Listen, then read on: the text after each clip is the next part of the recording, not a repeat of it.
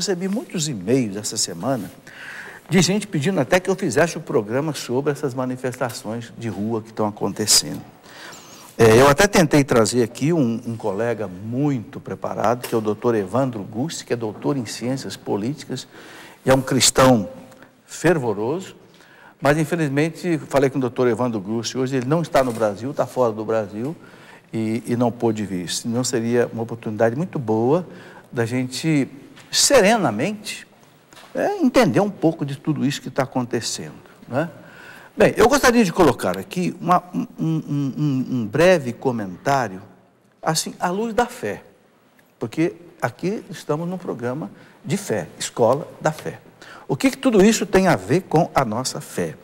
Bom, tem muito a ver, claro, porque o reino de Deus, Jesus disse, está entre vós.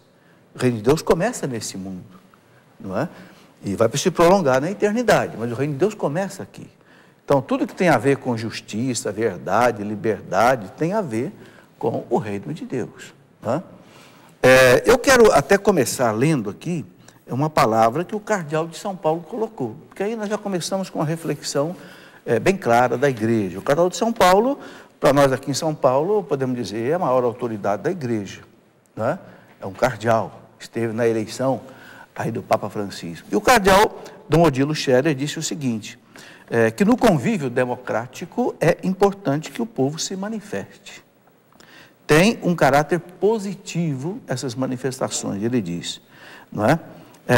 A de um acordar da consciência do povo e das massas. O acordar. Eu vi uma das placas, alguém dizendo, o gigante acordou, o povo acordou, saímos do Facebook e fomos para a rua, né? Realmente há um acordar aí da consciência. E o cardeal diz aqui o seguinte, no convívio democrático, é importante que o povo se manifeste, que acorde da sonolência, digamos assim, que não delegue totalmente a sua representação a quem de fato é representante e exerce um cargo, mas que as pessoas, para além de partidos, continuem a ter a sua vontade política, a sua vontade de expressão, que agora está aparecendo de muitas maneiras na voz dos estudantes, de quem pede mais segurança, de quem pede melhores condições de saúde, de viabilidade urbana. Dom Odilo disse ainda que espera que essas vozes que vêm das praças, das manifestações, possam ser ouvidas e compreendidas. Isso aqui é muito importante, que isso me chamou a atenção, que essas vozes que vêm das praças, das ruas, das manifestações, possam ser ouvidas e compreendidas. As pessoas que governam, sejam o executivo, o legislativo, o judiciário, têm que ouvir essas manifestações e têm que compreendê-las. E salientou que é desaprovável os atos de vandalismo e as manifestações de violência, seja por parte dos manifestantes ou dos policiais. Bom, claro, esta questão da violência é uma tônica, todo mundo fala disso, vamos manifestar, mas sem violência, certo, Sandro? Eu acho isso bonito, todo mundo, não, é uma minoria que está fazendo quebra-quebra, e a minoria mesmo, e essa minoria tem que ser contida.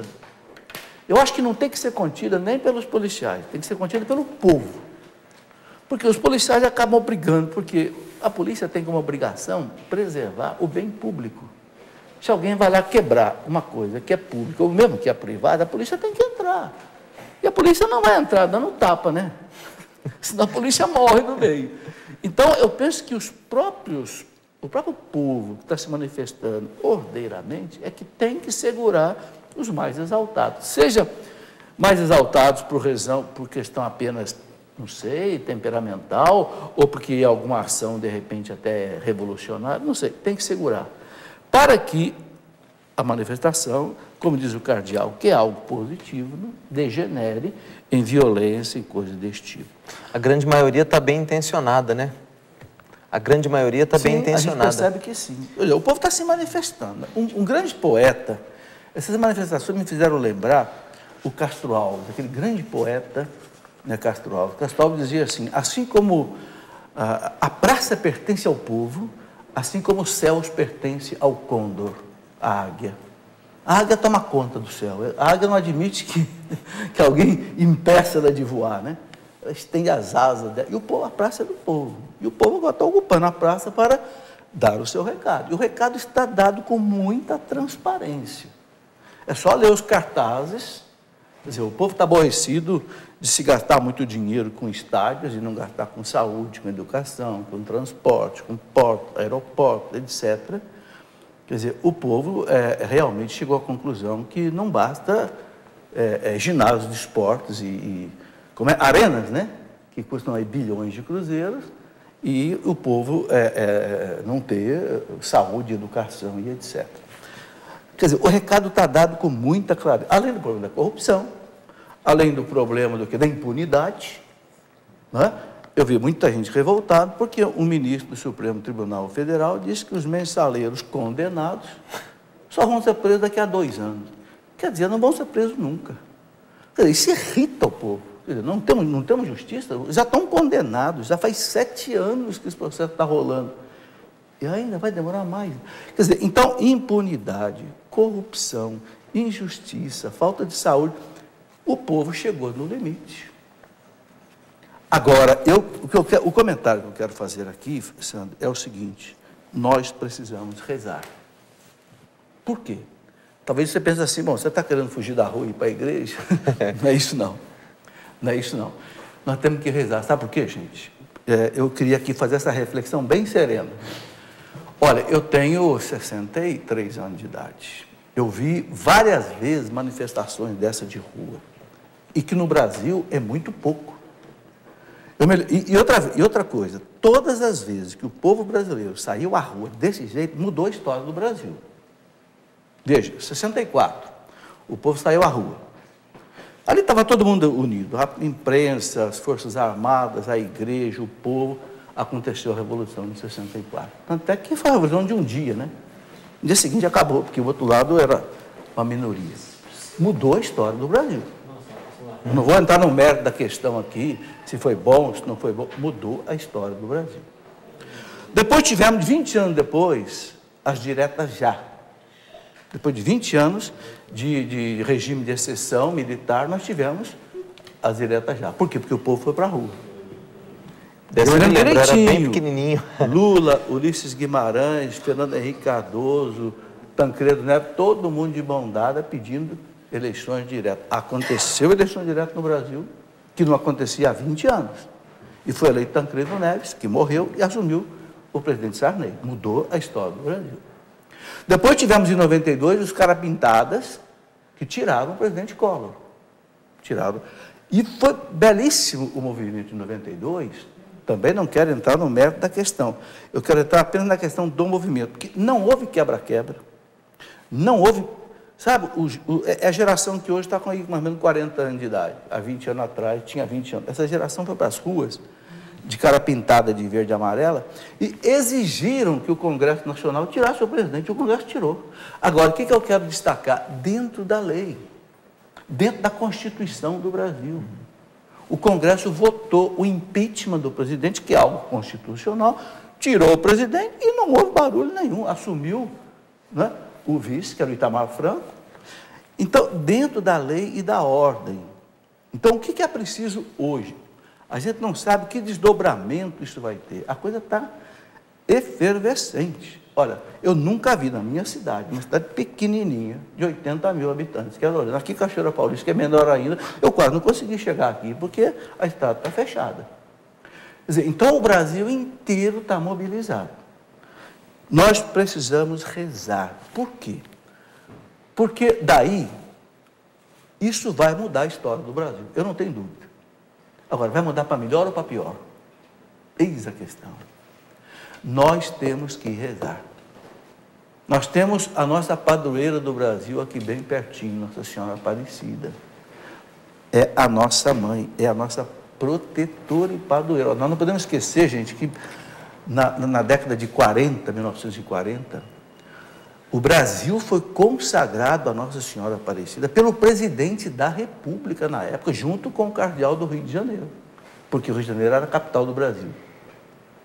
O presidente, se não me engano, Washington Luiz, com o cardeal do Rio de Janeiro, publicamente consagrar o Brasil ao Nossa Senhora Aparecida. Por isso que é feriado o dia de Nossa Senhora Aparecida. Não é? É uma razão histórica. Nós precisamos nos ajoelhar diante de Nossa Senhora e pedir que esse gigante que acordou, isso tudo tenha um desdobramento tranquilo. E que desdobramento eu peço a Deus que seja? Um pacto social. Que essa voz das ruas seja ouvida pelas lideranças, pelos políticos, pelas lideranças. Entende? E se atenda esta agenda de exigências que o povo está fazendo. O povo está pedindo o quê? Né? Mais saúde, mais escola, mais saneamento básico, mais impunidade, mais justiça, mais, não sei, transporte, menos conchavos políticos. Os políticos pensam que o povo é bobo. Não é bobo. O povo está vendo. Está vendo que estão fazendo tomar lá da cá e quem que paga a conta? É o povo. Ainda mais com o evento de internet hoje, há muita coisa talvez que a imprensa não diz, né? Quem está mais próximo, ele joga no Facebook aí e o povo todo fica sabendo, né? Então, e outra coisa que eu gostaria de falar. Não podemos querer... os culpados são os políticos. Então vamos montar as guilhotinas na cidade e decapitá-los, como foi na Revolução Francesa. Não, não é por aí.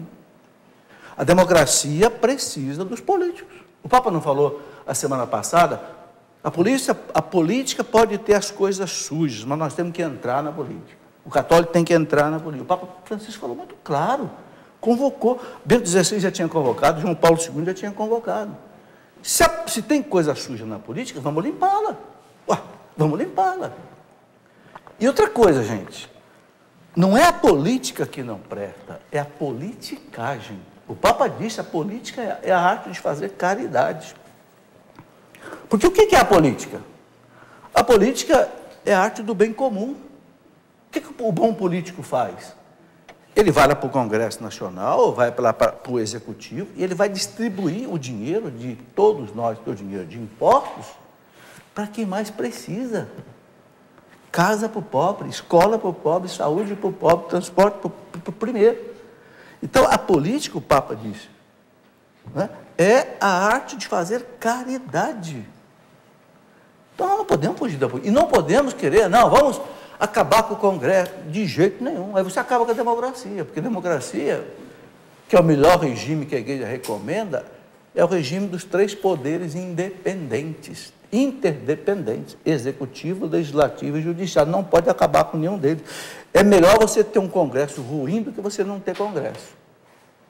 Porque aí se instala uma ditadura. Se você não tem um Congresso que é a voz do povo, aí que você então se perde. Então, é preciso ter muita cautela, muito cuidado, rezar.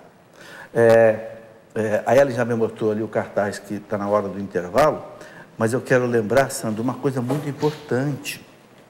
Eu quero pedir isso daqui. Quando nós celebramos a bênção do Santíssimo Sacramento, que graças a Deus hoje voltou na igreja, teve sumido há muito tempo, sabe? Voltou. A Canção Nova, né? Toda hora tem bênção do Santíssimo aqui. Depois da bênção do Santíssimo, tem aquela oração, Deus e Senhor nosso, entende? Protegei a nossa igreja, né? Dai-nos dignos pastores santos, né? Favorecei o Brasil, né? Aí reza pelos governantes. Eu tenho aqui um trechinho dela aqui, que pode inclusive está no artigo que o senhor escreveu, que está no portal Canção Nova. Pode ler aí. Deus e Senhor nosso, protegei todas as pessoas constituídas em dignidade. Pessoas constituídas em dignidade, são as autoridades.